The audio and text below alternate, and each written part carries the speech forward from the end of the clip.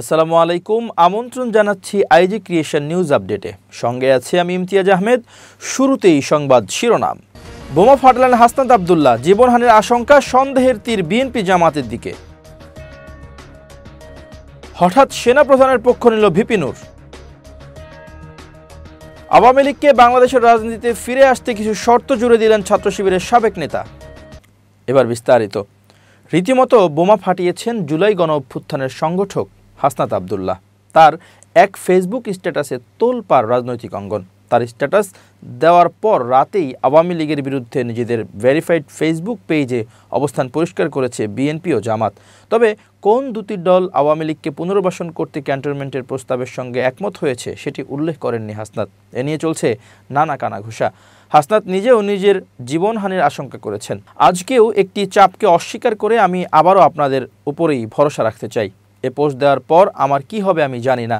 নানামুখী প্রেসারে আমাকে হয়তো পড়তে হবে, হয়তো বিপদেও পড়তে হতে পারে, কিন্তু আওয়ামী লীগ নিষিদ্ধের প্রশ্নে কোনো ধরনের আপোষ করার সুযোগ নেই বলে জানিয়েছেন জাতীয় নাগরিক পার্টির দক্ষিণাঞ্চলের সংগঠক হাসনাত আব্দুল্লাহ।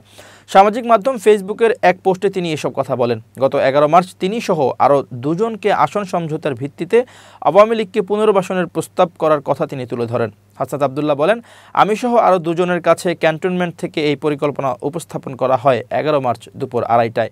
আমাদের প্রস্তাব দেওয়া হয় আসন সমঝোতার বিনিময়ে আমরা যেন এ প্রস্তাব মেনে নিই। আমাদেরকে বলা হয় এরই মধ্যে একাধিক রাজনৈতিক দলকেও এ প্রস্তাব দেওয়া হয়েছে। তারা শর্ত সাপেক্ষে আওয়ামী লীগ পুনর্বাসনে রাজি হয়েছে। একটি বিরোধী দল থাকার চেয়ে একটি দুর্বল আওয়ামী লীগ সহ একাধিক বিরোধী দল থাকা নাকি ভালো। ফলশ্রুতিতে আপনারা দেখবেন গত 2 দিন গণমাধ্যমে আওয়ামী লীগের পক্ষে একাধিক রাজনীতিবিদ বয়ান দেওয়া শুরু করেছেন। তিনি বলেন, আমাদের আরও বলা হয় রিফাইন্ড আওয়ামী লীগ যাদের দিয়ে করা হবে তারা এপ্রিল মে থেকে শেখ পরিবারের অপরাধ স্বীকার করবে, হাসিনাকে অস্বীকার করবে এবং তারা বঙ্গবন্ধুর আওয়ামী লীগ করবে এমন প্রতিশ্রুতি দিয়ে জনগণের সামনে হাজির হবে।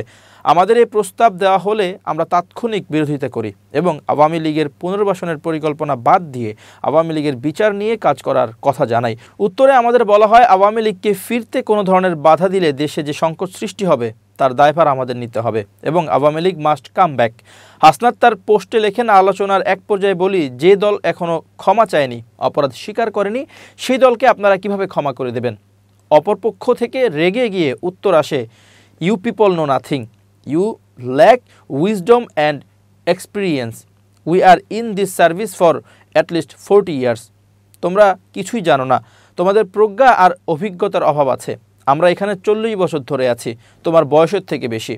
তাছাড়া আওয়ামী লীগ ছাড়া অন্তর্ভুক্তিমূলক নির্বাচন হবে না। তিনি আরও লেখেন, এর উত্তরে বলি, আওয়ামী লীগের সঙ্গে কোনো ইনক্লুসিভিটি হতে পারে না। আওয়ামী লীগকে ফেরাতে হলে আমাদের লাশের উপর দিয়ে ফেরাতে হবে। আওয়ামী লীগ ফেরানোর চেষ্টা হলে যে সংকট তৈরি হবে তার দায়ভার আপনাদের নিতে হবে। পরে মিটিং অসমাপ্ত রেখেই আমাদের চলে আসতে হয়। হাসনাত লেখেন, জুলাই আন্দোলনের সময় আমাদের দিয়ে অনেক কিছু করানোর চেষ্টা করা হয়েছে। কখনো এজেন্সি, কখনো বা ক্যান্টনমেন্ট থেকে নানা ধরনের প্রেসক্রিপশন গ্রহণ করতে চাপ দেওয়া হয়েছে। আমরা ওসব চাপে নতি স্বীকার না করে আপনাদের তথা জনগণের উপর আস্থা রেখেছি। আপনাদের সঙ্গে নিয়েই হাসিনার চূড়ান্ত পতন ঘটিয়েছি। আজকেও ক্যান্টনমেন্টের চাপকে অস্বীকার করে আমি আবারও আপনাদের উপরেই ভরসা রাখতে চাই। এ পোস্ট দেওয়ার পর আমার কি হবে আমি জানি না। নানামুখী প্রেসারে আমাকে হয়তো পড়তে হবে, হয়তো বিপদেও পড়তে হতে পারে, কিন্তু আওয়ামী লীগ নিষিদ্ধের প্রশ্নে কোনো ধরনের আপোষ করার সুযোগ নেই। তিনি লেখেন, জুলাইয়ের দিনগুলোতে জনগণের স্রোতে ক্যান্টনমেন্ট আর এজেন্সির সব প্রেসক্রিপশন আমরা উড়িয়ে দিয়েছিলাম। আজ আবারও যদি আপনাদের সমর্থন পাই, রাজপথে আপনাদের পাশে পাই, তবে আবারও এই আওয়ামী লীগ পুনর্বাসনের ভারতীয় ষড়যন্ত্রও আমরা উড়িয়ে দিতে পারবো। আসুন সব যদি কিন্তু পাশে রেখে আওয়ামী লীগের বিরুদ্ধে আমরা ঐক্যবদ্ধ হই। আওয়ামী লীগ রাজনীতি করতে পারলে জুলাই ব্যর্থ হয়ে যাবে। আমাদের শরীরে এক বিন্দু রক্ত থাকা পর্যন্ত আমাদের শহীদদের রক্ত আমরা বৃথা যেতে দেব না। 5 আগস্টের পরের বাংলাদেশে আওয়ামী লীগের কাম ব্যাকের আর কোনো সুযোগ নেই, বরং আওয়ামী লীগকে অবশ্যই নিষিদ্ধ হতে হবে।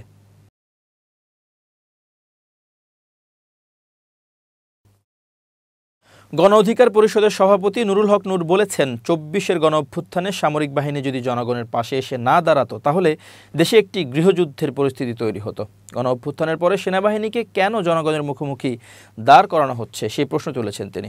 নুরুল হক বলেন, কিছু বুদ্ধিজীবী কৌশলে গণঅভ্যুত্থানে সেনা কর্মকর্তাদের অবদান অস্বীকার করে বিভাজন তৈরি করতে চায়। এতে দেশে নৈরাজ্য সৃষ্টির আশঙ্কা রয়েছে, যে কারণে সবাইকে এই বিষয়ে সজাগ থাকার আহ্বান জানিয়েছেন তিনি। শুক্রবার রাজধানীর পল্টনের গণ অধিকার পরিষদের কেন্দ্রীয় কার্যালয়ের সামনে আওয়ামী লীগকে নিষিদ্ধ ও গণহত্যার বিচারের দাবিতে আয়োজিত বিক্ষোভ সমাবেশে এসব কথা বলেন নুরুল হক।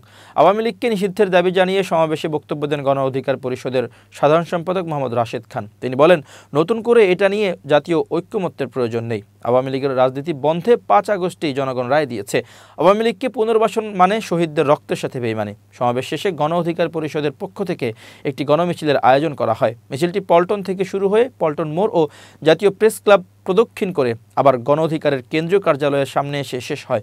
গণ অধিকার পরিষদের উচ্চতর পরিষদ সদস্য ও দপ্তর সম্পাদক শাকিলুজ্জামানের সঞ্চালনায় সমাবেশে আরও বক্তব্য দেন উচ্চতর পরিষদের সদস্য ফারুক হাসান আল মামুন, ঢাকা বিভাগীয় সাংগঠনিক সম্পাদক তোফাজ্জল হোসেন, যুব অধিকার পরিষদের সভাপতি মঞ্জুর মোর্শেদ মামুন, ছাত্র অধিকারের সভাপতি বিনিয়ামিন মোল্লা ও শ্রমিক অধিকার পরিষদের সভাপতি আব্দুর রহমান সহ দলের বিভিন্ন স্তরের নেতারা। আওয়ামী লীগকে নিষিদ্ধের দাবিতে শনিবার ঢাকাসহ সারা দেশে অবস্থান কর্মসূচি ও গণস্বাক্ষর কর্মসূচি ঘোষণা করেছে গণ অধিকার পরিষদ।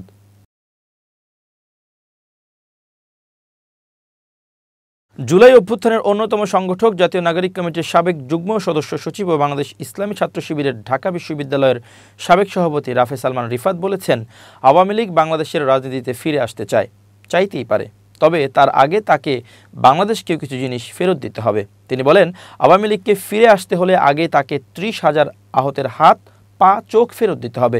জুলাইয়ের 2,000 শহীদের জীবন ফেরত দিতে হবে। শাপলার অসংখ্য আলেমের জীবন ফেরত দিতে হবে।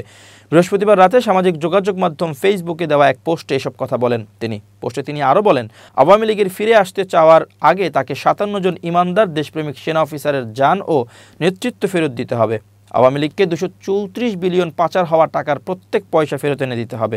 গুম হওয়া অগণিত মানুষের জীবন ফেরত দিতে হবে। তিনি বলেন, আওয়ামী লীগ আগে এগুলো ফিরিয়ে দিক, তারপর ফিরে আসুক। প্রিয় দর্শক, শেষ করছি আজ ক্রিয়েশন নিউজ আপডেট। আজ এ পর্যন্তই। ভিন্ন খবর নিয়ে দেখা হবে আগামীকাল। নিজেকে আপডেট রাখতে সাবস্ক্রাইব করুন চ্যানেলটি। নিয়মিত লাইক, কমেন্ট ও শেয়ার করে ছড়িয়ে দিন সর্বত্র। সুস্থ থাকুন, নিরাপদে থাকুন। শুভেচ্ছা অগণন।